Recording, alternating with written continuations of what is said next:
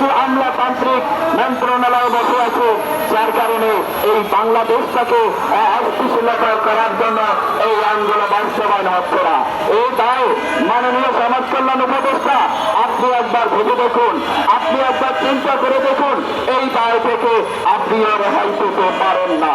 আমরা জানাতে চাই 2024-এর যে আন্দোলনটি ছিল, সেই আন্দোলনটি ছিল একটি কোটা আন্দোলন, মাত্র গুটি কয়েকটি ছাত্র আন্দোলন নিয়ে শুরু হয়েছে।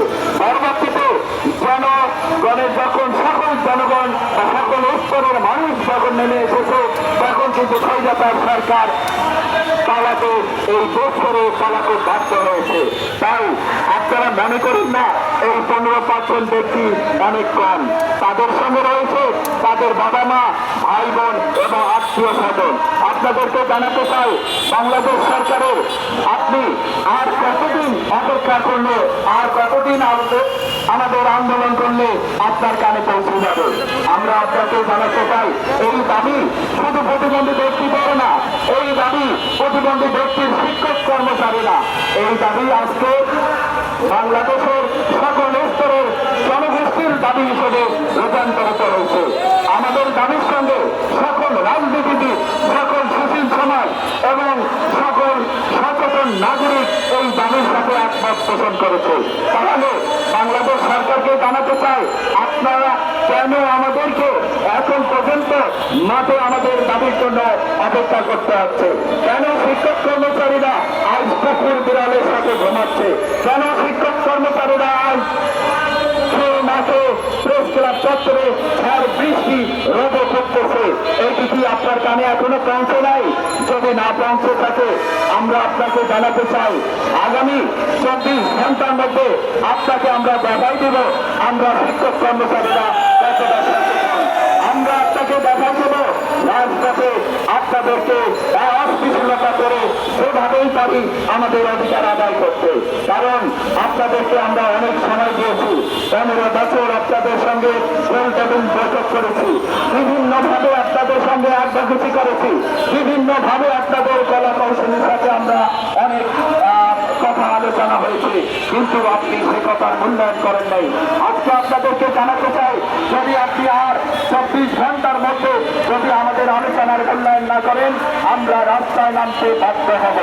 আমরা আপনাদের জানাতে চাই, আগামী 24 ঘন্টার মধ্যে যদি আমাদের স্বীকৃতি এমপিওর কার্যক্রম পালন না করেন, তাহলে রাজপথে থেকে আমরা আমাদের অধিকার আদায় করে নেব।